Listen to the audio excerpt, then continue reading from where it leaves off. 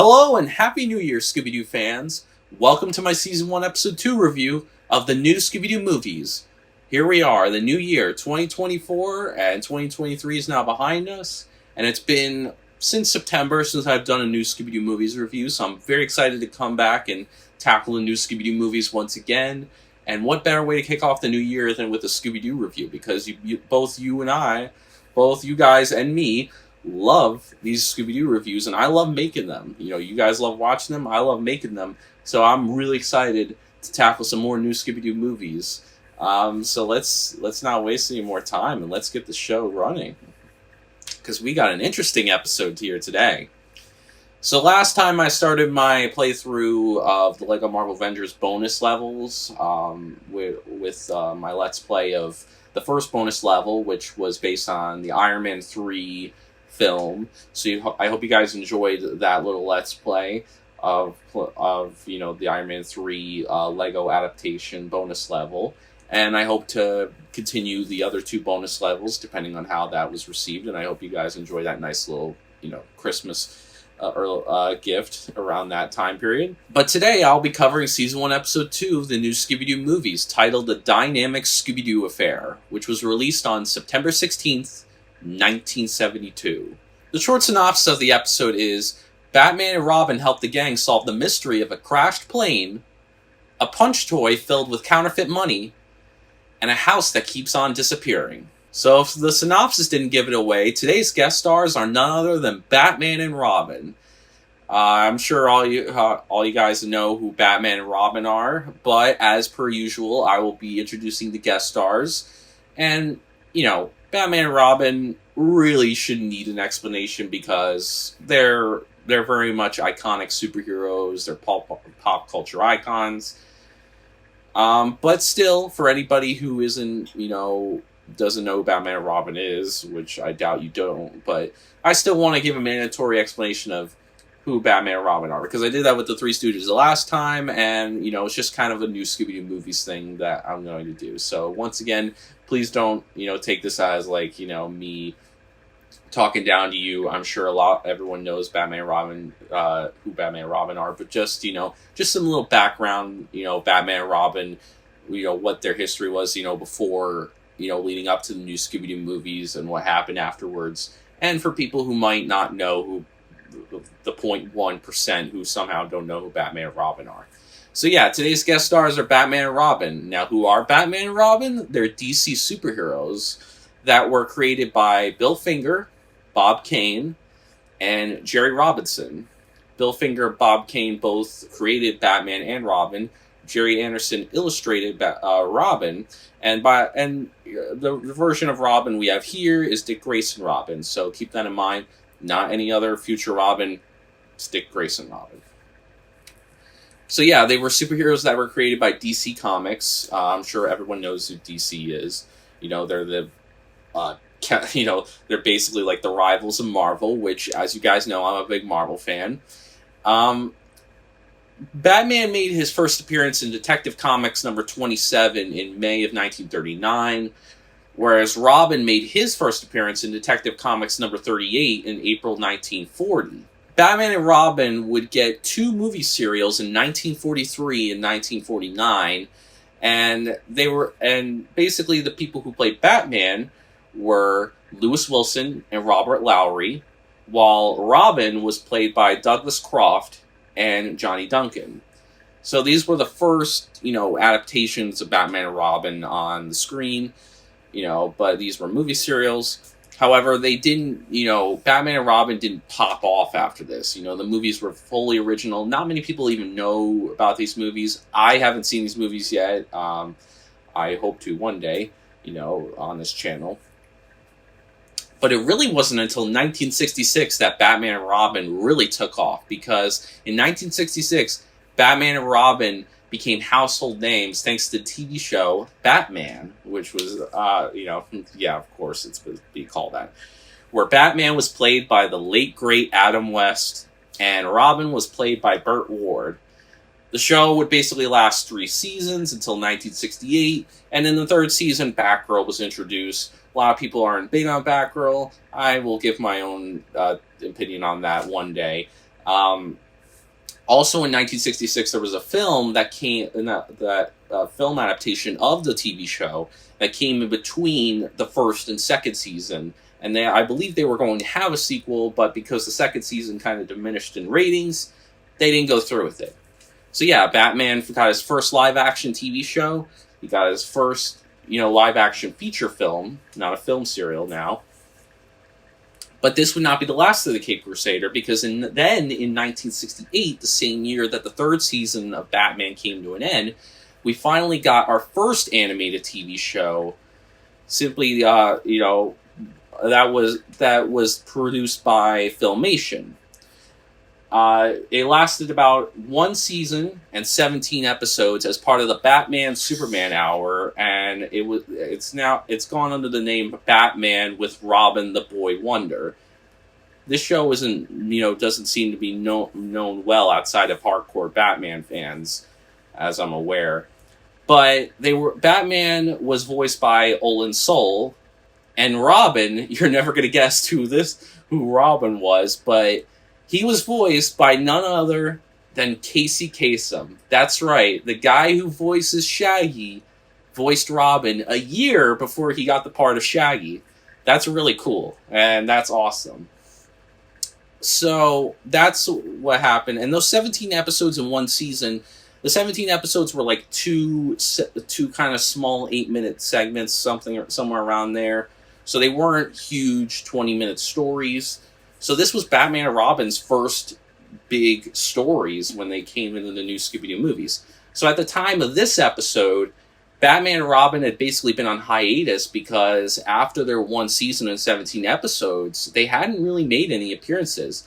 But this would revitalize their image as they would once again come back for crossovers before they would go on to do another show a year later, which I'll get onto. But they returned the following year to the Super Friends in 1973. Now, a lot of people seem to think that this Batman and Robin, they're like, oh, they were on the Super Friends, or, oh, they're based on Adam West and Burt Ward's version. They're kind of right, but at the same time, that's not exactly true. Yes, this version of Batman and Robin was based on the Adam West TV show, and was kind of like the animated show was kind of like an unofficial 4th season in animated form. Just wasn't voiced by Adam West or Burt Ward or even Yvonne Craig, who played Batgirl. However, they also didn't do the Super Friends until a year later. So a lot of people think the Super Friends came before. It wasn't until a year later, after the new Scooby Doo movies ended, that Batman and Robin came back on the Super Friends, and that really hammered home their name in the animation space. They would basically, now the Super Friends was produced by Hanna-Barbera, due to the rights, I assume being reverted to Hanna-Barbera. And, but Filmation must have had some piece of the pie because they were still able to produce their own thing. So maybe Hanna-Barbera bought it, I'm not sure. But Olin Soul, who voiced Batman in the 68 cartoon, and who voiced him in this crossover, the crossover episodes of the new Scooby Doo movies, he would continue to voice Batman until 1983, where he would basically, the last 2 seasons of the Super Friends, when Adam West came back, he basically took a backseat and let Adam West do it, which was nice of him, because, I'll get into my opinion on Adam West. And Casey Kasem, who voiced Robin, he basically continued to voice Robin until 1986, until the Super Friends ended, and then that's when Casey stopped playing Robin. At the same time, during 1977, during one of the seasons of the Super Friends, Batman and Robin got a new show titled The New Adventures of Batman and Robin that was produced by Filmation, which was but they couldn't get Olin Soul and Casey Kasem because they were with Hanna-Barbera. So they did the next best thing and brought back Adam West and Burt Ward to reprise their roles as Batman and Robin in a show in the New Adventures of Batman and Robin, and it lasted one season and 16 episodes, so one episode less than the Adventures of Batman with Robin the Boy Wonder. And yeah, that was basically this version of Batman and Robin's history. So, what's my history with Batman and Robin? Well, if my smiling and, enthusiasm wasn't enough, Batman and Robin are big favorites of mine. Now, I'm a Marvel guy through and through. I much prefer a lot of the Marvel superheroes. However, Batman and Robin are the one group of DC superheroes that I like that DC has produced. I'm a huge fan of Batman and Robin, and it's thanks to the new Scooby Doo movies. The new Scooby Doo movies, thanks to Scooby Doo, I got introduced to Batman, and then I was invested. I liked his appearances, so I went and watched other Batman media like the live action movies in the 2000s.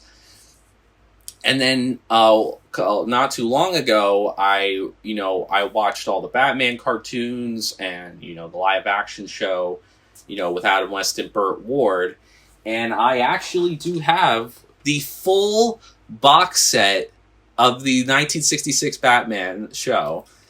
I am a huge Adam West and Burt Ward Batman fan. I love the 1966 Batman. Adam West, unpopular opinion, he's my favorite Batman that's ever voiced. Still, though, I love Olin Soul and Casey Kasem's portrayal of the Cape Crusaders. I grew up with Batman and Robin just as much as Scooby-Doo. They are the guest stars that I'm going to have the most experience with, the most to gush about. They are my favorites, DC superheroes. And honestly, I've tackled Batman the Telltale series on my channel, and I'm planning to cover more Batman shows, Batman movies, Batman video games, and, even Batman comic books, because Batman is a superhero I like in the DC universe. The only one, really, because I don't really care for the other ones, but Batman's my guy when it comes to DC. And so I really hope to actually tackle a lot of Batman's other media. So think of this as technically also a Batman review for any Batman fans out there as well. Of course, Scooby-Doo is near and dear to my heart and is my favorite of the two. But this could have not been a more perfect mixture. The idea of the Cape Crusaders teaming up with the Scooby Gang is a genius idea. The only thing that would have made it better is having Adam West and Burt Ward voice Batman and Robin. But, after the show had ended, it took them a while before they came back and, voiced Batman and Robin. But still, I like Olin Soul and Casey Kasem's portrayal of the Cape Crusaders. I think they capture what Adam West and Burt Ward did. Of course, Adam West's portrayal of, Batman is always going to be my favorite live-action Batman. I know a lot of people love Kevin Conroy. That's a whole rabbit hole to go down. I love Conroy, but West, he's so near and dear to my heart. I've really grown to love his version of the Cape Crusader. So yeah, that's my background with Batman and Robin. So I would like to ask you guys, what's your background with Batman and Robin? Do you love Batman and Robin? Are you not really big fans of them? Do you specifically this interpretation of Batman and Robin? And, do you think this was a good team up? Did you like this episode? Let me know in the comments below. But of course, today we'll be watching the Dynamic Scooby-Doo affair on the new Scooby Doo Movies, the Almost Complete Collection.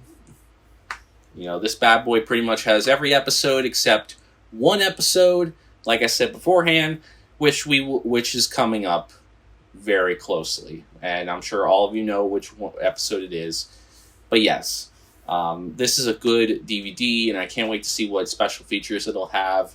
But yeah, as far as this episode goes, this is a divisive episode.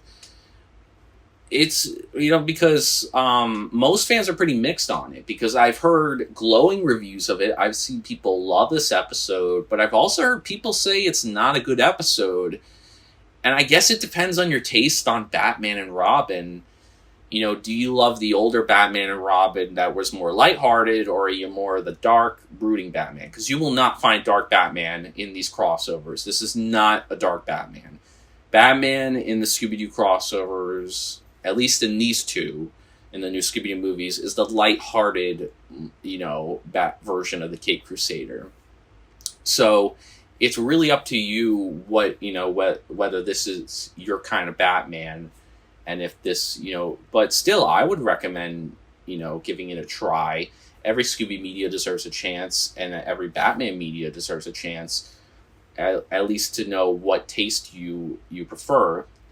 But yeah, it's very mixed. I've heard some good reviews. I've heard some bad reviews. I have a lot of nostalgia for this episode. I grew up with the Batman and Robin episodes. The Batman and Robin episodes are the only new Scooby Doo movies ones I grew up with, because when I was a kid, I had the Scooby Doo Batman and Robin, new Scooby Doo movies episodes on DVD, but those were the only exposure I had to the new Scooby Doo movies until I was 17, when I, watched all the, the new Scooby Doo movies fully and saw the other episodes.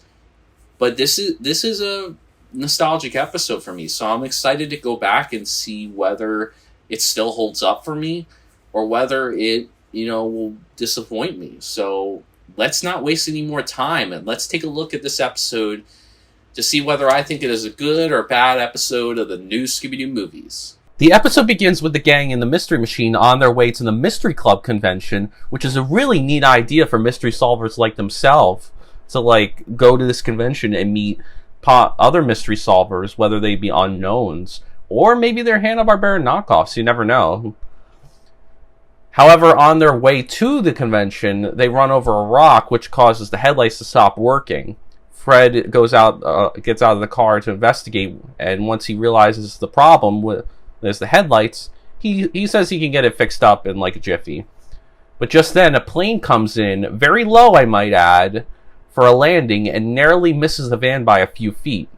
So Fred, Daphne, Velma, Shaggy, and Scooby-Doo all investigate after they become suspicious for not only the plane landing very narrowly missing the Mystery Machine and landing low, but when the plane makes it becomes even more suspicious when they see two guys in a truck coming out of the plane with a crate on the back of the truck, and they're making a mysterious delivery in the middle of the night.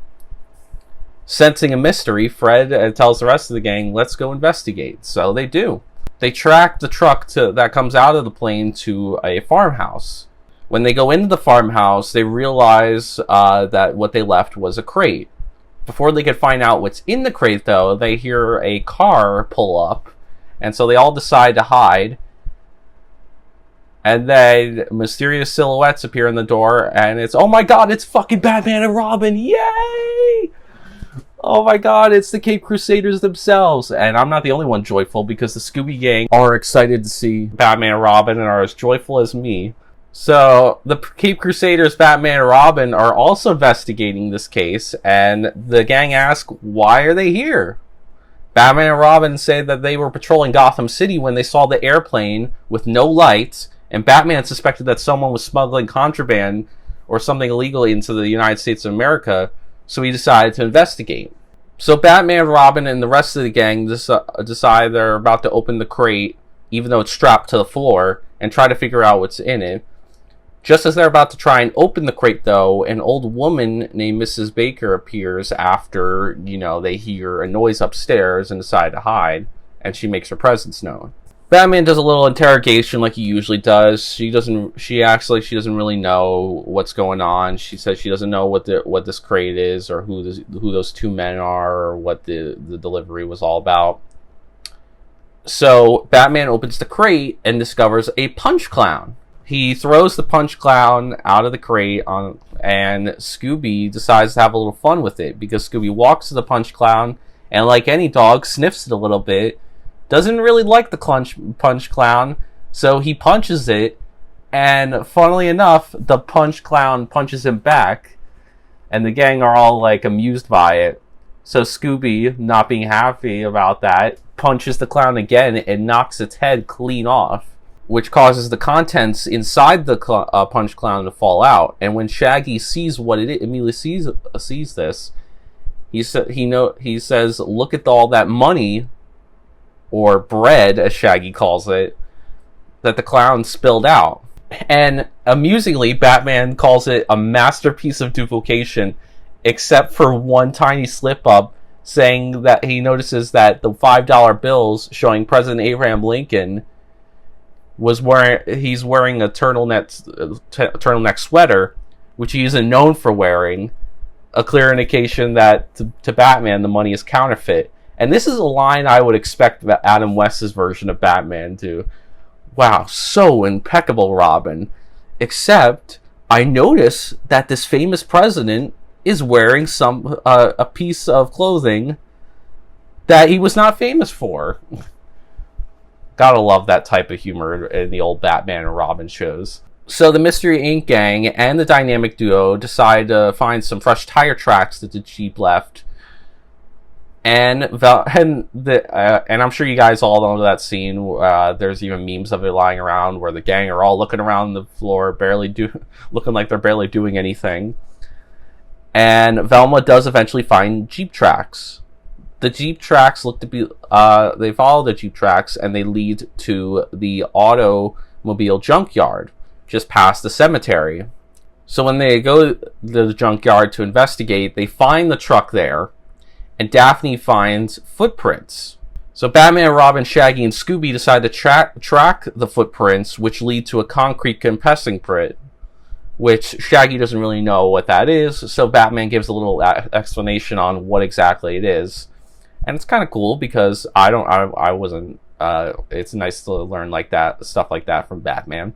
And Batman goes to investigate the bottom of the concrete compressing pit. Robin goes up to the top to get a bat light so they can get a better view of the entire area since it's dark out. And Shaggy and Scooby get spooked by a variety of noises. Fred, Daphne, and Velma, who were behind, noticed Robin running up there, and they assume it's somebody else, so they decide to go tell Batman and Robin, even though it's actually Robin. And just then a hooded man pops out of nowhere and spooks Shaggy and Scooby once they both notice it, and they jump into a wrecked car. Once Fred, Daphne, and Velma go to where Batman, Robin, Shaggy, and Scooby were, they realize that it was Robin. They think Batman is the one that's lifting the car, but he's not. So Shaggy and Scooby, who are hiding in the wrecked car, when they spot the hooded villain, the hood villain tries to kill Shaggy and Scooby by dropping them and the car in the concrete compressing pit. But thankfully, the Cape Crusaders use their batarangs and bat ropes to rescue the pair before the car is crushed. And I like this scene because it shows a good scene of, Shaggy and Scooby, getting a little frightened as they usually do. Batman and Robin acting like good heroes and leaders, which I really like. Fred noticing that something's up and noticing that Batman and Robin are not the ones controlling the crane and decides to take the hooded man head on, which is really cool. Yeah, it's just a great scene all around. I really like it. I enjoy it.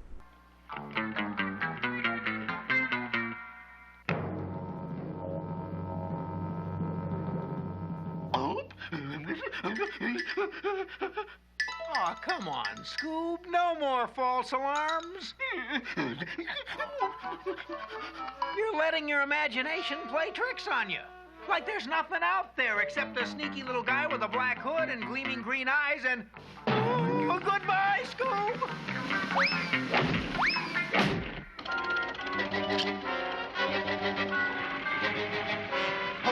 Skyhooks! It's moving! I told you someone was up there. Cool it, Daphne. That someone is the Boy Wonder. What are they trying to do? Beats me. Looks like they're gonna pick up that old jalopy. But why?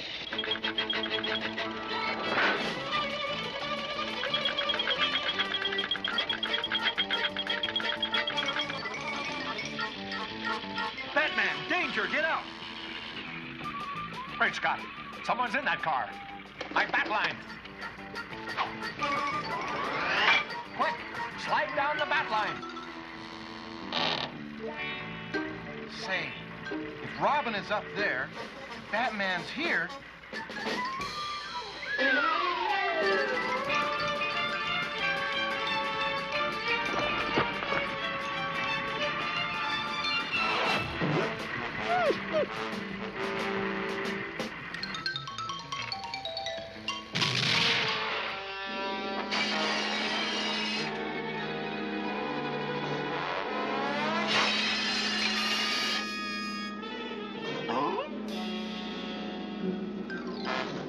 After a mix-up where Batman and Robin mistakenly believe that Fred is the hooded man until they take the hood off and realize that's Fred, and Velma asks Fred what happened, to which Fred says that the hooded man threw a hood over his head and overpowered him, and then Batman and Robin tried to tear him apart. Batman and Robin both apologize because they thought he was the villain, and Batman suggests that they go back to the farmhouse and retrieve the phony money to give to Chief O'Hara and the Gotham City Police Department. So the dynamic duo and the Mr. Ink gang arrive back at the farmhouse only to realize that it's gone. The gang are completely confused by this, and Batman and Robin try to go through every logical explanation, asking Fred if they took a wrong turn. Fred says, no, this is where we were. This is where, we followed the truck. Then they wonder if maybe it was some type of illusion, a dream, maybe some type of group hypnosis. But Velma refutes that it couldn't have been a dream because their Batmobile, that is very much real, is just gone. However, Batman says that that's a good thing. Shaggy and Scooby are confused by this, but Batman further elaborates that because Batman and Robin often have to leave the Batmobile in such a hurry and leave, they anticipate that there might be somebody that might steal the Batmobile. And so if anybody steal the Batmobile, they do have a tracking device on it so that they know where it is and they can go pick it up and get it. So they can pinpoint where the Batmobile is in the Batcomputer in the Batcave. And the Mystery Inc. gang do offer to give them a lift, but Batman and Robin are a little bit hesitant over it because they don't want them knowing their the location of their Batcave or the secret identities of their civilian forms. The gang understand, and they say they don't mind being blindfolded, so that's what Batman and Robin do. They agree to it, they say, okay, and they blindfold the whole Mystery Inc. gang, and Shaggy, being the ever-hungry person he is, he asks if he can have a snack at the Batcave, to which Batman responds, yes, you can have a snack. We'll have Bat cookies and Bat milk for everybody. And like Shaggy, I would be very perplexed and confused. I would also be like, Bat milk? What the fuck is Bat milk? Like, what is that, Batman? Like, I need to know. Like, do you just... Is it like the Adam West TV show where you just label everything Bat in front of everything and it's just normal milk, but you like to call it Bat milk? Or is it something else? Like, Batman, I need to know, what is Bat milk, and where can I try it? Because I need to, maybe it might be good. I don't know. So when they get back to the Batcave, the Cape Crusaders use the Batcomputer to track the Batmobile, and they see that it's at the Batman and Robin exhibit building at the Gotham City amusement park. The gang wonder why the auto thief would leave it there, but Batman explains that that it's a good hiding spot for the Batmobile. Since the Batmobile is so easily recognizable, they need a good spot to hide it, and the Batman and Robin exhibit building is a good place to hide it. No one would suspect it. They would just think it's another prop. When they arrive to the Gotham City amusement park and find the Batmobile, Batman and Robin say that the Batmobile is alright and nothing's wrong with it. They decide that they should all split up and look for clues out, around the Batmobile. But Shaggy and Scooby, being very self-aware, say, hey, Batman, we're not really good at finding clues. Do you mind if we sit in the Batmobile? Batman's like, yeah, you can sit in the Batmobile, just don't touch any of the instruments. So we get to see a cute little scene of Scooby and Shaggy kind of playing pretend as Batman and Robin, because like the whole rest of the gang, they idolize Batman and Robin, and I love that they showcase this because we would be in their shoes. Like, we would idolize Batman and Robin if we got to solve a mystery with them. Like, fuck yeah. And then Shaggy and Scooby notice Oh my god, that's the Joker and Penguin! Yeah! Batman and Robin's two arch nemesis, the Joker and Penguin. And they're actually voiced by the same voice actors in the 1968 animated show. I'm pretty sure Penguin is played by Ted Knight, but I don't remember who voices Joker. So they all wonder what Penguin and Joker's role in this whole mystery is. So Batman and Robin, being, the superheroes they are, and this is their arch villains, they decide that it's time, it's time to go find out. But they don't want the gang or getting hurt at all. So they tell the gang to wait outside while Batman and Robin investigate the inside of the haunted house exhibit alone. And we get a nice little scene of, Joker and Penguin, playing around with Batman and Robin. And it's a really good scene, I'll say that. And it ends with Batman and Robin getting tricked into going into a room that is a trap that was set by the Joker, where they fall through a pit filled with I believe bouncy punch clowns. They're probably just empty, and it's all smooth. The wall is smooth, so they can't use their bat ropes to climb out. So they have to wait for help. The gang, all sensing that Batman and Robin are probably in danger, specifically Fred. Fred must have a good sixth sense, because he just noticed it immediately. He's like, I think Batman and Robin are in trouble. I mean, he's right, but, he's got some good sixth sense. I guess they want a good excuse to go into the haunted house exhibit, so yeah, the gang decide to go inside. Scooby and Shaggy don't want to go inside, but Daphne gives Scooby 3 Scooby snacks. So Shaggy, for some reason, decides to also go into. And they get split up by Joker and Penguin, who do a little messing around with them. And none of them ever acknowledge this. They don't acknowledge, that they got separated. Fred, Daphne, and Velma aren't hey, where's Shaggy and Scooby? And Shaggy and Scooby, they're not hey, where's Fred, Daphne, and Velma? Where'd they go? If I'm correct, I believe in the original airing there was a scene where they did acknowledge it, but for some reason it's been cut in these newer releases, which is the only type of release you can find. So I don't know why they cut that. It would have been good acknowledgement. Shaggy's even confused why he's in here, because he didn't get he didn't get any sort of snack. He's like, why am I in here? I didn't get any sort of snack. But I suppose he's in there because he didn't want to be out there alone without Scooby. And he even mentions Shaggy snacks again, which, if you remember, was a Never Ape and Ape Man. So we get some fun scenes of the Joker and Penguin messing with the whole Mystery Inc. gang. He first messes with Fred, Daphne, and Velma by putting some type of fish monster prop in between Daphne and Velma, which spooks them. And they laugh really hard about it. Then they mess with Shaggy and Scooby, who, think they found an exit. And they end up on, some type of conveyor type mechanism where they're running, but they're not going anywhere. And they fall through a door, which, leads down a slide, somewhere downstairs. And the whole gang meets back up. And, a lot of these chase scenes are pretty good. I like the Shaggy and Scooby chase scene. I love the scene where Scooby, is dressed up in a sheet, and Shaggy and Daphne get scared by it. That was funny, too. And so Joker and Penguin, none of their attempts succeed at all, so they decide that they're going to go themselves dress up as skeletons and scare the whole entire Mystery Inc. gang. And it does work for a little bit. They do scare Scooby, Shaggy, and Daphne and Velma. Fred's not convinced, but they still drag him anyways, until Scooby realizes, wait, I love bones. And they're delicious, so why don't I go back and get them? So he realizes, why am I afraid? I love, bones. So he chases Joker and Penguin, thinking they're bones, which is kind of dark. He wants to eat human bones. A little weird, Scooby, I must say.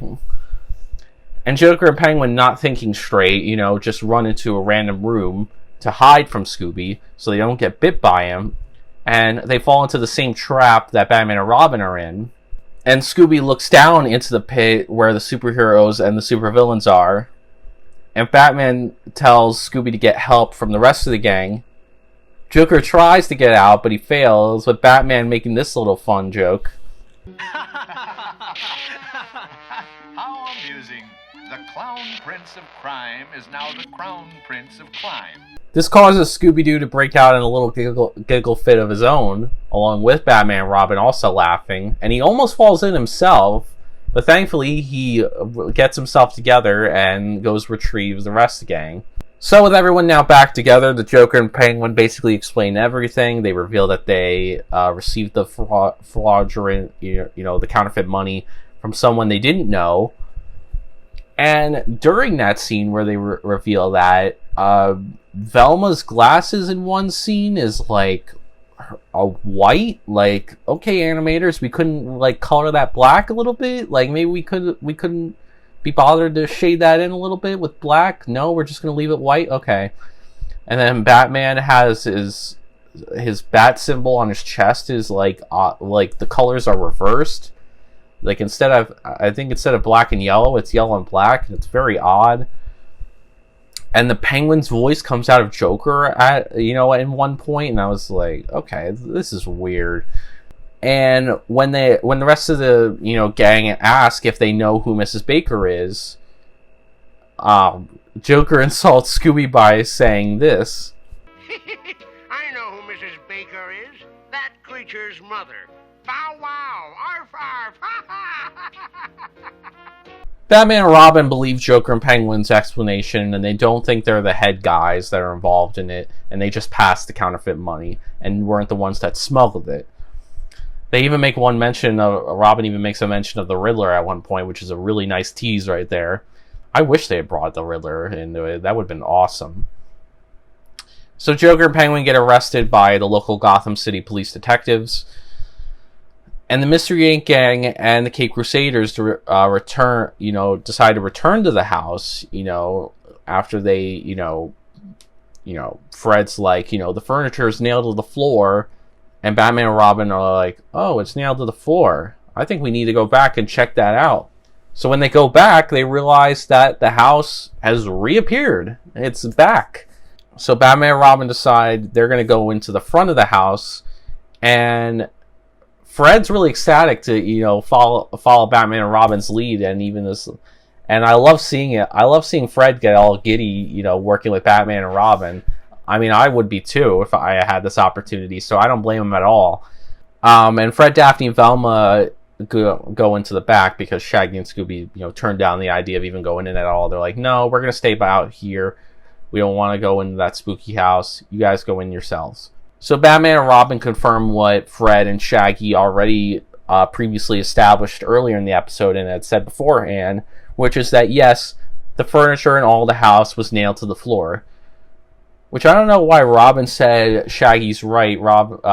Everything's nailed to the floor. Like, yeah, Shaggy was the first to notice it, but Fred's the one who brought it up. They didn't think to mention that. I mean, did Shaggy not even bring it up in the beginning? They soon discover why the furniture is nailed to the floor by accident when Scooby accidentally pulls a fake branch on a fake tree down, and the house basically turns upside down and disappears. This leads to a bunch of, topsy-turvy, moments where Batman and Robin and Shaggy and Scooby keep messing with the mechanism, and, making it go up and, reappearing and disappearing a bunch of times. With Daphne being afraid of, being near that stove. And, I kind of don't blame Fred, Daphne, and Velma for being a little bit afraid, because I don't know how they didn't throw up once throughout that whole fucking, spinning topsy-turvy, charade. Like, that's just asking to get sick at that point. Or at least I'm surprised they were able to keep their balance after that.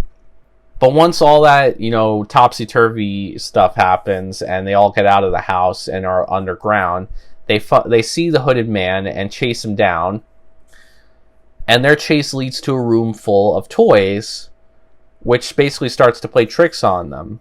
So, in the first half of the chase scene, Batman and Robin tell the Fred and the rest of the gang, it might be risky. Why don't you guys stay right here and don't let anything separate you guys? Literally not even a couple seconds later, when a smiling ball appears and Scooby points it out, Fred just tells everybody to scatter.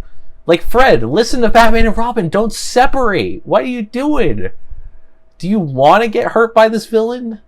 Listen to Batman and Robin. They're superheroes, for Christ's sake. But I guess it was an excuse to start the chase scene. Very weird excuse, I might add, just to get scared of a smiling ball. A smiling ball out of all things? Okay. I like this, first half of the chase scene, though. I do like, them running around a little bit. Daphne is with Robin at one point. Scooby, is riding around in the car. Shaggy's trying to find Scooby. Velma loses her glasses at one point. Batman, helps Robin and Daphne, when they're in their air. Just a lot of shenanigans, so, and it's fun. This is the kind of stuff I love. I'm a sucker for chase scenes, when they're good, of course. Look at that. Scramble!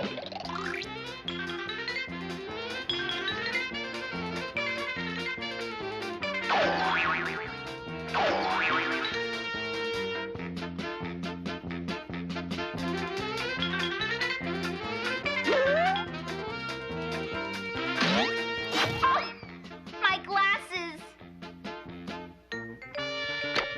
Ow! Oh! Yikes!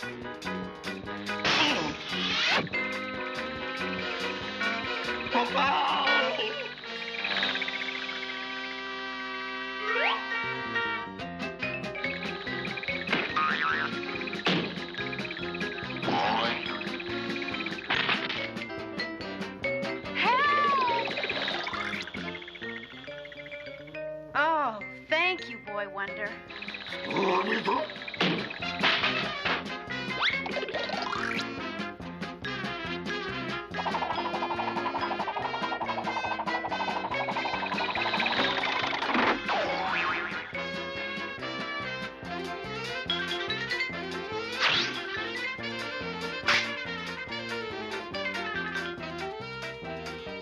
Scooby Doo, where are you? Here I am. Where?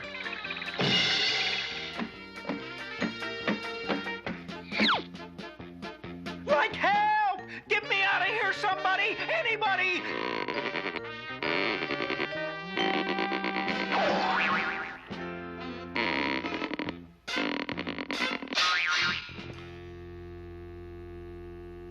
Then we have this odd scene with Shaggy and the hooded villain in the tent. So Shaggy's got the elephant mask, trying to get that off. And then Shaggy weirdly says Jinkies, which doesn't sound right coming out of his mouth. And keep in mind, this is the first time Jinkies is said, as Velma never said it in the original series. Not at all. It wasn't until, I think later in this series sometime that she says Jinkies. And it's really weird seeing it, remember how I said back in the Tiki Scares No Fair how that's not the only time, when Fred, Daphne, and Velma imitated Shaggy's catchphrase and said Zoinks, that wasn't going to be the only time that they imitated a catchphrase? Well, here Shaggy's taking Velma's catchphrase and saying Jinkies. And it's very weird. Shaggy should not be saying anything other than Zoinks. Just stick to that. I don't need to hear Shaggy say Jinkies. It's very weird that he was the first one to say it. But also, I want to know what the hell happened in there. Did Shaggy get beat up by this fucking hooded villain? Especially when we find out the hooded villain's identity a little bit. That's, it's kind of a little embarrassing for Fred and Shaggy to get beat up by this person behind the mask. It's really, I don't know what happened in there. I don't know if Shaggy got beat up. I don't know if he was just chased around that whole tent. What happened in there? Like, I need to know, like, Shaggy, are you okay? Like, what happened to you? Do you get beat up like Fred did? What the hell happened in that tent? I need to know. But it's a good scene. I like it. But I still want to know what happened at the tent. I'm very confused. Like, I need to know. Like, did Shaggy, get beat up and he doesn't want to admit it? Did, something else happen there? Like, what happened? I gotta know what happened in there. Jinkies!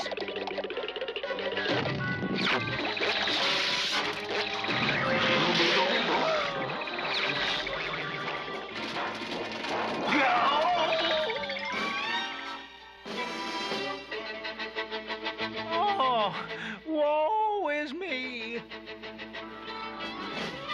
Then we begin the second and final half of the chase scene, where Fred, Daphne, and Velma notice the hooded man and decide to ride bicycles and chase after him. Then we cut to Batman and Robin, who... Batman doesn't have any gloves again? What the hell? And he's got a ring on his finger? And I think the bat symbol's the wrong way? What? And then, Robin points out that the villain, is, where the villain is, so they go to catch up with the gang and get the villain. And I think Batman's gloves mysteriously appear. Like, what? What is it with Batman's gloves always disappearing in this episode? Come on now. Why is the Batman's logo so hard to color in? They keep messing up that color. And why did he have a ring on his finger? Why does Batman have a ring in his finger at all? That was, I'm so confused. Like, why is there a ring on Batman's finger? And then Shaggy, not so surprisingly, who's hiding, gets scared by seeing the hooded man, probably because he might have gotten beat up or something in that tent, which I still want to know what happened in that tent. But if he did get beat up or something, I don't blame Shaggy for running away after seeing that hooded villain. And the rest of the gang, as well as Scooby, who's still on the car, getting all dizzy and shit, chase after them. And after each member of the gang, gets outwitted by the villain, there's only Scooby and the hooded man left, and Scooby ends up capturing the hooded man when the hooded man goes up in the air and through a basketball hoop, and Batman and Robin catch him. I like the second half of the chase scene. It's really cool. It's very weird, all these animation errors with Batman specifically. Not being able to keep his gloves on, his bat logo is all messed up. Some of the, just a lot of weird things, Just like I said in the first new Scooby Doo Movies episode, they have animation errors galore in this series. I will say, though, it is fun noticing these animation errors. It's a lot of fun. You could honestly have a whole game of these fucking animation errors. Look, the hooded man. We'll never catch him. He's on a unicycle. What we need is wheels. Follow me. He's not in the next aisle. See anything? Not a thing. Wait, there he is on a unicycle. Let's go.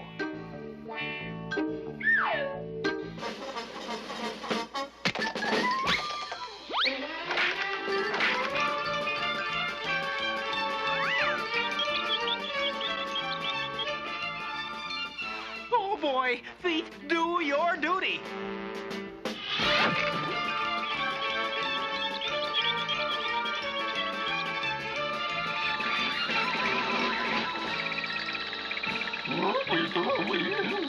Where am I? Get along, little doggy.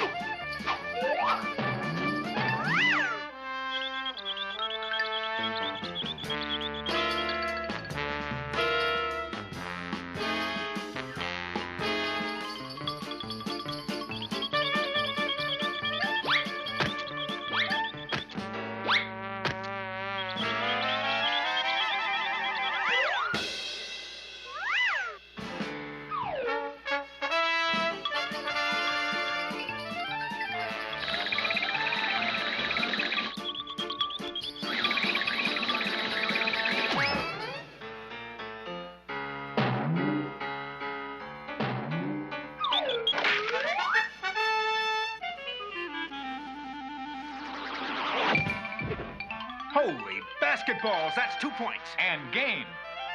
So the dynamic duo and the Mystery Inc. gang take the hooded man above ground and outside the farmhouse and ask him where he took Mrs. Baker, because they believed she was kidnapped. They didn't think she had anything to do with it, and that she was kidnapped by this hooded man. But the villain, the Hooded Man himself, turns out when he unmasks himself, it turns out to not be a man, but not a surprise, it's Mrs. Baker herself, much to everyone's shock. And yeah, they got really duped in this episode.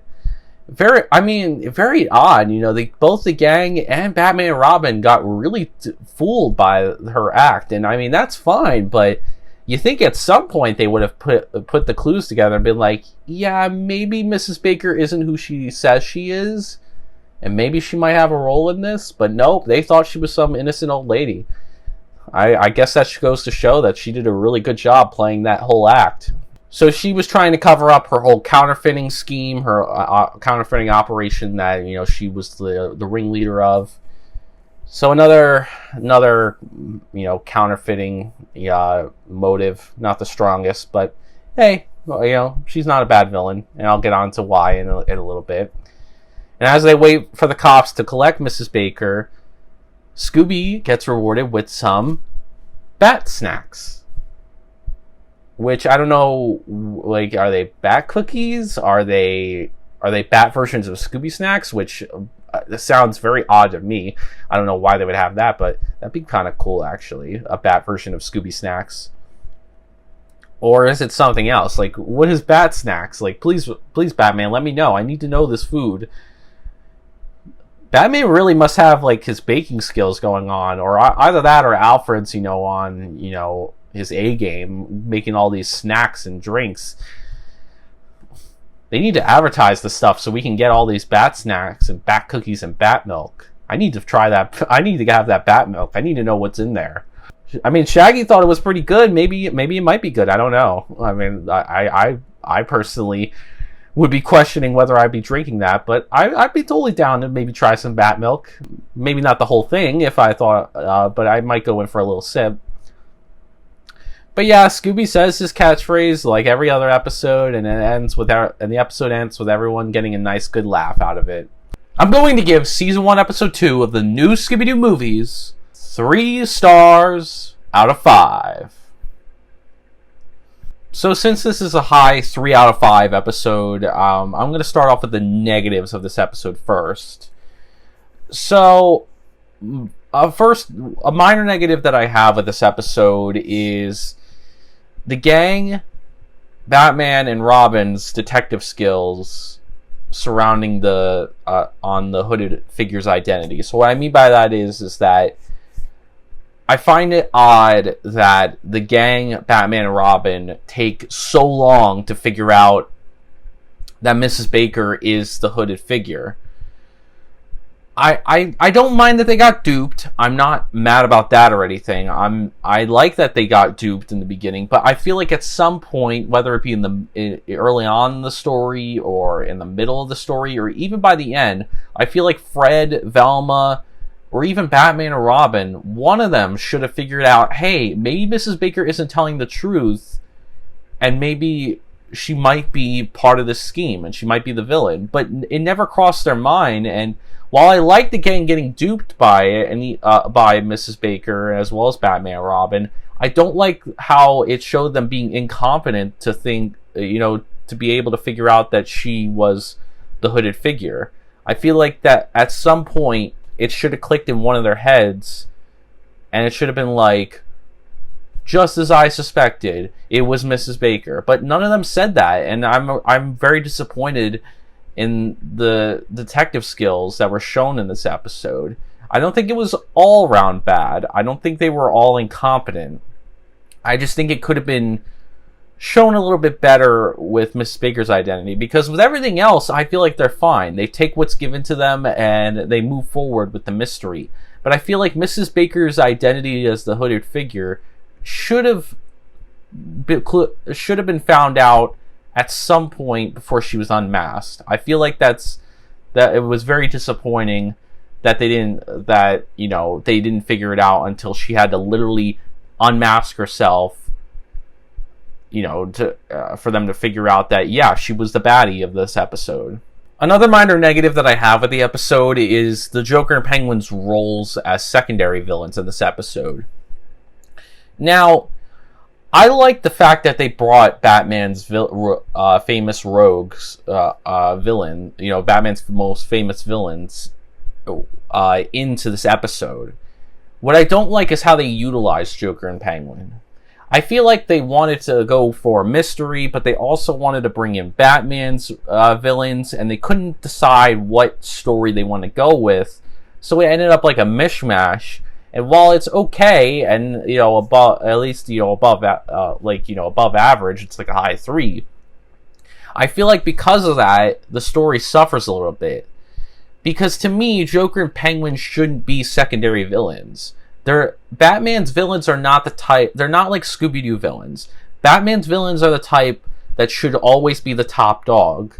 They should always be the one in charge. And even when they're a part of a group and Batman faces off against more than one villain, no one villain bosses around the other. Some are a little, Penguin's the more serious, part of the duo, but Joker's the more comedic.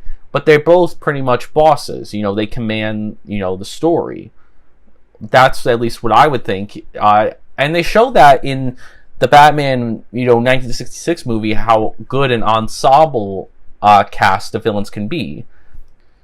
Because the point is that they should never be, none of Batman's villains should be below anybody, not even other Batman villains. They should always be equal footing with each other, and they should always be the top dog when it comes to it. So I feel like it's unrealistic to me that Joker and Penguin would be henchmen for Mrs. Baker. That just seems very odd, very unlike Joker and Penguin. They're not the type that I would picture being henchmen. They should be the main guys, the guys up top. But like I said, it's like they wanted a traditional Scooby Doo mystery with Batman and Robin tagging along, but they also wanted a Batman and Robin adventure or mystery, including one of Batman's villains. But they didn't know which avenue they wanted to go with, so they just mishmashed them together, and I think that hurt the episode overall. So while I like how Joker and Penguin are utilized, and this minor negative doesn't necessarily hurt my viewing experience, it is still a bit puzzling and questioning, just like the gang and Batman and Robin, not taking too long to figure out that Mrs. Baker was the villain. These minor negatives are, they don't hurt my overall experience, but they are something that, does, notch the episode down just a tiny bit, something that they could have improved to make it a little bit better. I also thought that there was a lack of suspects in this episode. So with a Batman and Robin episode, Joker and Penguin to me don't count as suspects. When you put Batman villains into an episode, even if it's a crossover one with Scooby Doo, they're not to me suspects, because we know who Joker and Penguin are. We know that they're baddies. There's no mystery there. The only mystery with them is what they're up to, not necessarily if they're the baddie or not. So to me, the only really real suspect to me was Mrs. Baker. She was the only one that could have fit. Because to me, Joker, you could make the argument that maybe Joker and Penguin could count as suspects, but technically they were also part of the scheme. So, there was no, good pool of suspects outside of Mrs. Baker. To me, I feel like Joker and Penguin aren't suspects because they're famous Batman villains who are very well known. We know who they are. We're not questioning whether they're baddies or not. That's never, so we're not, when Joker and Penguin are there, we're not questioning whether they're whether they're the bad guys or the man behind the mask. We're questioning what their motives are and what they're up to, which is fine. I would have been fine with that for a Scooby Doo Batman episode. I'm all right with just having a simple, good Scooby Doo Batman adventure where even if it's not, Joker and Penguin aren't, because there's still technically a mystery there of the Joker and Penguin's motives. But to me, there just was a lack of, a pool of, not enough, a good enough pool of suspects. I feel like the suspects could have been beefed up a little bit. Maybe one or two more would have really helped it. to help make it not so obvious that it was Mrs. Baker, because the hooded man literally wore the same thing Mrs. Baker did. It was, she had her furniture was nailed to the floor. It really wasn't that difficult to assume that she was the baddie. It really wasn't. And the fact that the gang didn't figure that out was pretty disappointing. And I feel like having a bit more suspects could have maybe also fixed that negative too, even if the hooded man was dressed in Mrs. Baker's clothing. It would have benefited had there been more suspects, because then, it would have made the episode a little bit more stronger. But those were my minor gripes with the episode. Now I have the two main negatives of this episode, which I do think severely hurt it. First one, the villain's motive of this episode. Now, I find the counterfeiting, motive of Mrs. Baker and Joker and Penguin to be very repetitive and stale, and, nothing new in the franchise. We've seen counterfeiting in Scooby Doo before. It's nothing new. And we've seen a lot of operations lately with Scooby Doo as well. I feel like at this point, we need a more simpler motive. I feel like a more simple motive would be nice. I don't mind operation motives, but, at this point, they're getting a little over redundant. And this is something we've seen in the past, and I just feel like, it wasn't a good enough motive for me. It was fine the first time, but at this point, we've seen counterfeiting before. It's nothing new in Scooby Doo, and so it's getting a little bit stale and repetitive at this point. So I would like maybe, if you're going to reuse a motive, it has to be nicely spaced out and at least good, at least it feels somewhat different. But this one was just too close to the last counterfeiting motive. We already had one in the last series, and with the backstage rage, and while that wasn't an operation and it was a solo guy, it still is pretty close. And it just is. I also think that it also is the operation stuff. I feel like we've done a lot of operations as of late, of multiple groups of people in an operation, and I feel like we maybe need a little bit more of a simpler motive to help get it a little more, get the villain's motive a little more refreshed and not so stale and repetitive. But yeah. And then we have my biggest negative of the episode. So this one is really not great. Daphne and Velma were utilized very poorly in this episode. They felt completely useless. They felt like they didn't contribute anything to the episode. And it's a shame that the female members of the gang were not up to standards like they should be. I feel like the episode didn't do a good job with Daphne and Velma. They didn't use them well. They didn't give them anything really to do. They just felt like they were there. And that's a shame, because you think with Velma teaming up with Batman and Robin, we would see a nice, good amount of detective work between Batman, Robin, Fred, and Velma. I feel like Velma didn't really do much detective work. And I'm not knocking Batman and Robin saying that they stole that. I don't blame them at all. I don't think they stole any of the spotlight away from Velma.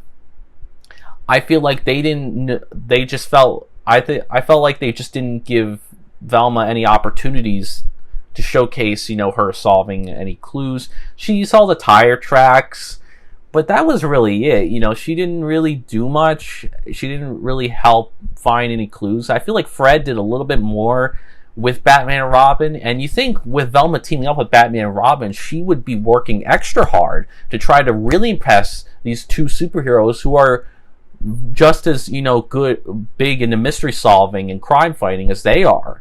So I feel it's a shame that Velma was not up to her standards, and Daphne, it's nothing new with her.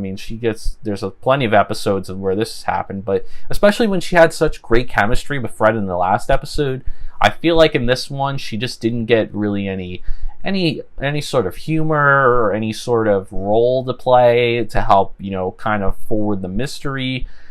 Just nothing really there for Daphne, and it's a shame. So yeah, Daphne and Velma, probably the weakest members of the gang in this episode. And it's a real shame, because I was really hoping for the female members of the gang to be just on par with the male members of the gang. But Unfortunately, they didn't utilize them properly, and they easily could have been scrapped from this episode, and it honestly wouldn't have changed much. But that's all I got for negatives, so let's go on with the positives of this episode, and we got a good amount of positives in this episode. So we'll start with the gang, and I've already talked about how Daphne and Velma weren't good, so we'll start with Fred. Fred was really good in this episode. I loved how much he admired Batman and Robin. I felt like he was a good co-leader to Batman and Robin, and that was good because Batman and Robin are superheroes, and even though they are guest stars, it makes sense that they would be the leaders in these crossover episodes because they're the adults, they're the superheroes, and the gang, and they're not taking the spotlight away from the gang. Fred is still helping Batman and Robin with the mystery. He's still leading the gang when Batman and Robin aren't around. When Batman and Robin aren't there, he's like, let's go do this, gang. You know, he takes charge, he leads the way, and he got a couple moments to showcase his leadership skills and trying to capture the villain. He did a really good job showcasing his leadership in the episode, even with Batman and Robin there, and I loved seeing how much him and the rest of the gang, but especially him, admire Batman and Robin. It's really cool that to see our Scooby gang be so enthralled solving a mystery of Batman and Robin, and I don't blame them. This is Batman and Robin, the Caped Crusaders, DC's most popular superheroes, and they're getting to solve a mystery with them. I'd be pretty excited about it too. So it's nice to see Fred, be like a good co-leader and look up to Batman and Robin, and I think he was utilized very well in this episode. Then we got Shaggy and Scooby-Doo, who were pretty funny in this episode, and I gotta say, their humor was not too bad in this episode. They got a lot of good chase scenes, a lot of good laughs, and they also seem to admire Batman and Robin as well, a good amount, which is cool. I like that scene where they were in the Batmobile and they were idolizing being Batman and Robin, and Scooby-Doo even had like a visual in his mind about being Batman. And Scooby's very, looks up to Batman as well as Shaggy. Kind of ironic because considering, like I said, Shaggy and Robin are both voiced by Casey Kasem in this episode. So it's really awesome to see that, and I always love seeing the gang, look up to Batman and Robin and admire him. So Shaggy and Scooby, very funny in this episode, helped capture the villain on numerous occasions. They did a good job, helped capturing the Joker, Penguin, and Mrs. Baker. Scooby did a lot of work, but Shaggy did a couple of good things too. He was very funny. Then we come to the guest stars of the episode, Batman and Robin themselves. How do they fare? Are they good guest stars? Well, yes. They're amazing guest stars. They're really good in this episode. Unlike the Three Stooges, who had no chemistry at all with the gang, didn't do any sort of forwarding the mystery, didn't play any vital role, Batman and Robin feel vital to this episode and add a good dynamic to the gang. They don't steal attention away from the gang, but they also don't feel useless and feel like I could pull them out and the Scooby Gang could solve the mystery without them. Batman and Robin feel very good. They had good leadership in this episode, leading the way. They helped solve and forward the mystery. And even though I didn't like how theirs and the gang's, detective skills were utilized with Mrs. Baker's identity, I think overall in the episode, their detective skills were pretty good. It was just with Mrs. Baker's identity that I was like, you probably should have figured that out earlier. But you know what? I still think Batman and Robin were utilized great, and they had some funny moments too. And honestly, I had a blast with them. I feel like they added a good dynamic to the gang, and I'll be really excited to see how their second episode is. From what I remember, I'm pretty big on that second Batman and Robin episode, so I can't wait to see if that'll still hold up, and if their second appearance will maybe be better than their first appearance. But for now, their first appearance, pretty good. Batman and Robin were excellent. What a great team up this was. Then we have the villains of the episode, which I liked all of them. Joker and Penguin were the secondary antagonists, and even though, like I said, I didn't really like that they were portrayed as henchmen or secondary antagonists to the story, I did like how they were used. They were still good. They still felt accurate. I just didn't like how their roles in the episode. I would have probably preferred Joker and Penguin to be the main bad guys, or I would have preferred Mrs. Baker to just be the main focus. But I feel like because, they made the episodes longer, or because they didn't know what story they wanted to tell, they just crammed 2 narratives into one. And I think they should have just stick to one. Still, though, I think the Joker and Penguin were good. They were fun and were a blast to watch, and I loved seeing their interactions with Batman and Robin, and them messing with the Scooby Gang. It was a blast. I also thought the main villain, the hooded figure, was actually a pretty good villain.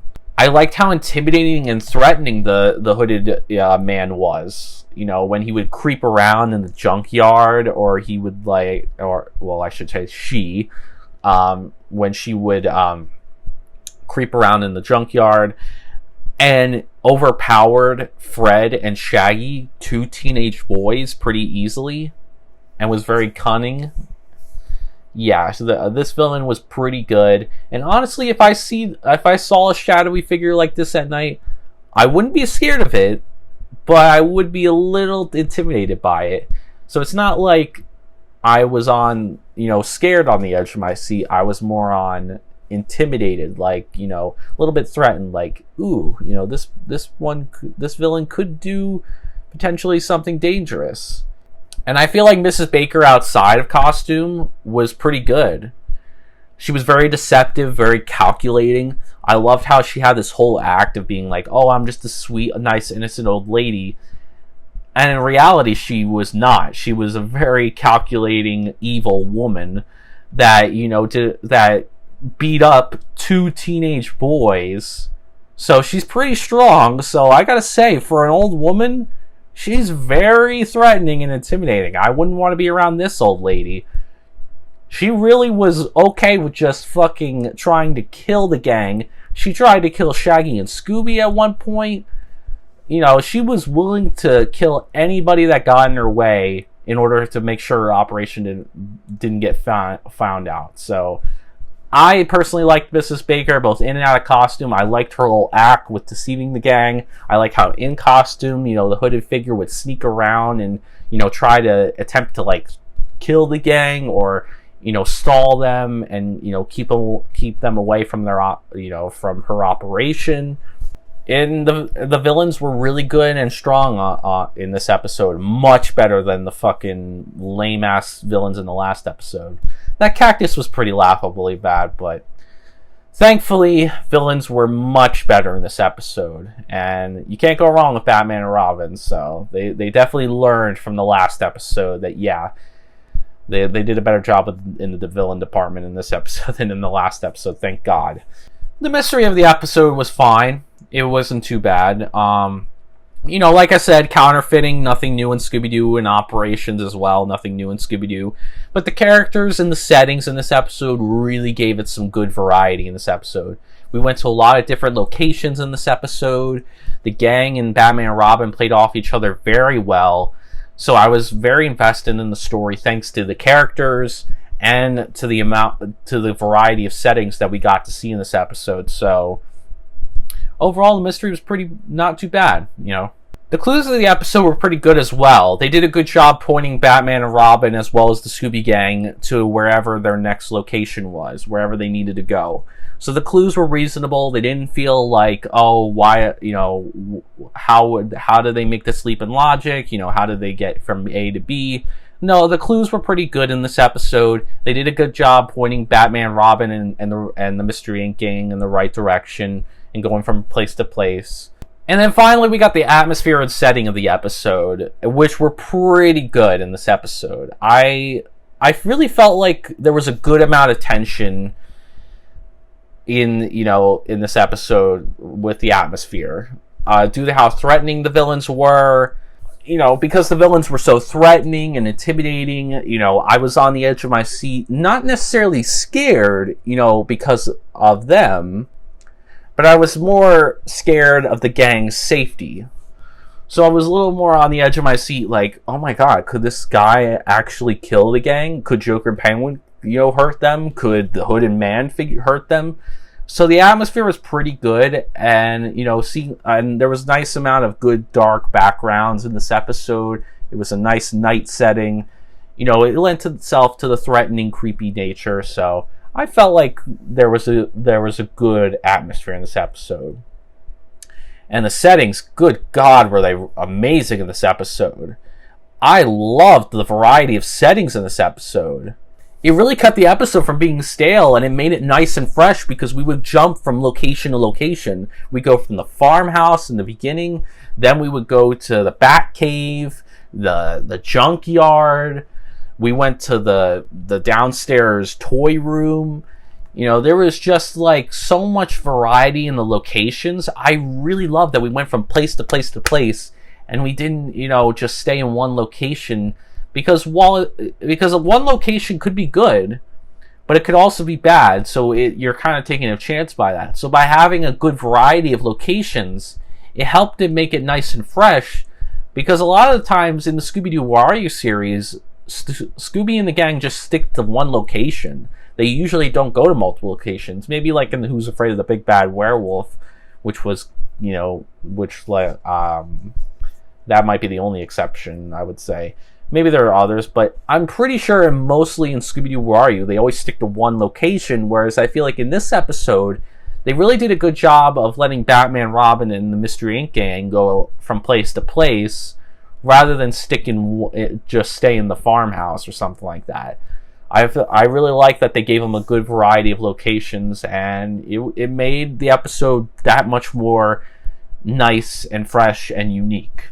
Overall, guys, I would recommend this episode to fans and newcomers of the show. It's an above average episode. It's not too bad, but it's really just held back by some poor elements. Some of the minor negatives aren't necessarily they don't hurt my viewing experience, but they are still kind of minor problems that could have been tweaked to make it that much more better. But still, my only gripes were just the Daphne and Velma not being used well and the villain's motive. The stuff with, Penguin and Joker and, the lack of suspects and, the gang and Batman and Robin, not figuring out Mrs. Baker's identity sooner. That stuff isn't all like, those don't really hurt my viewing experience too much, but it does kind of damper it a little bit. It could have just been something that maybe had they tweaked it could have been a lot better. Still, though, I think this episode was great, and the guest stars, Batman and Robin, were fantastic. So, if you're a fan of classic Batman and Robin, as well as, a big Scooby-Doo fan, I would say watch this episode. This is a good viewing experience. If you love Scooby-Doo and you love the old Batman and Robin, this is a good pair-up. This is a good team-up. Much better than the Three Stooges. This makes sense. This is good. And it's probably, we'll see if it's better than the second Batman and Robin episode. It might not be. And while it might not be the best episode of the series, it is still a pretty good episode. And I recommend that you guys do watch it. It's a fun viewing experience at least one time. It just depends on what Batman and Robin you prefer. If you're not a fan of the old Batman and Robin, maybe you might not be big on this episode. But if you like classic Batman and Robin and want to see them pair up with classic Scooby-Doo, you'll probably love this episode. Anyways, I hope you guys enjoyed the review. Please give it a like if you did. Comment down below your thoughts on this episode. Do you like this episode? If you do, please, tell me why you love this episode. Do you hate this episode? I'd be curious to see, what maybe hurt your viewing experience on this, what made you not like it. Or are you like me, where you're just somewhere in the middle, where you think it's just almost there to being good, but it doesn't quite hit the mark, and there's just a couple of poor elements that could have made it that much more better. I'm curious for your thoughts, so let me know. And subscribe for more Scooby-Doo content like this, or if you're just interested in any of my other content, I'll be continuing with more new Scooby-Doo movies reviews if you guys want more. Hopefully I'll be able to squeeze one more in for this month of January. But if you guys want more, please let that be known. I'll continue doing more new Scooby-Doo movies reviews. I love talking about the new Scooby-Doo movies. I feel like it's a show that isn't highlighted enough. And I feel like it doesn't get a lot of reviews out there, and it also doesn't get a lot of positivity out there. So I want to give this show a fair shot and highlight its good and bad episodes. So if you want more, please stick around, because we'll have plenty more new Scooby Doo Movies review and more Scooby Doo content. I mean, clearly by the name of my channel, you should know I'm a hardcore Scooby Doo fan. I'm going to try and review all Scooby Doo media. And, you know, if you're also a Batman fan, you know, you stick around, because I might do some Batman stuff in the future. I especially want to review that 1966 Batman TV show. I am a huge fan of the Adam West Ward versions of Batman and Robin. Love that show. My favorite version of Batman. I cannot wait to talk about it, and other adaptations of Batman. But yeah, Batman will get some more attention and love on this channel as well. So if you're a Batman fan too, you know, join, because we'll definitely have some Batman content coming on the way soon as well. You can also follow me on Facebook, where I have discussions about things we talk about on both my channels, and Twitch, where I hope to live stream in the future. So in my next video, I will continue my playthrough of the bonus levels of LEGO Marvel Avengers and its bonus levels. I'll be doing the second of the 3 bonus levels with the adaptation of Thor: The Dark World, or Thor 2. So if you want to see that, you know, you can join me when that, you know, releases. Before that, I'll be working on my future projects with the Iron Man 2 game review and the Friday the 13th, the final chapter review. However, the next Scooby-Doo review will be Season 1, Episode 3 of the new Scooby Doo Movies, titled Wednesday is Missing, guest starring the Addams Family. Yeah, that will be, that's an episode that is praised to the high heavens. I've heard many good things about it. I might, from what I remember, I probably might have an unpopular opinion on that, because I'm not a huge Addams Family fan, and I don't believe I was too big on the episode. Maybe my mind might change. Maybe it might be good when I review it. But yeah, next time the Addams Family will be joining the Scooby Gang. So if you're interested in seeing that review, then, you know, stay tuned, because that'll be coming on the way. That'll be next. Thank you guys so much for watching. And as always, peace out.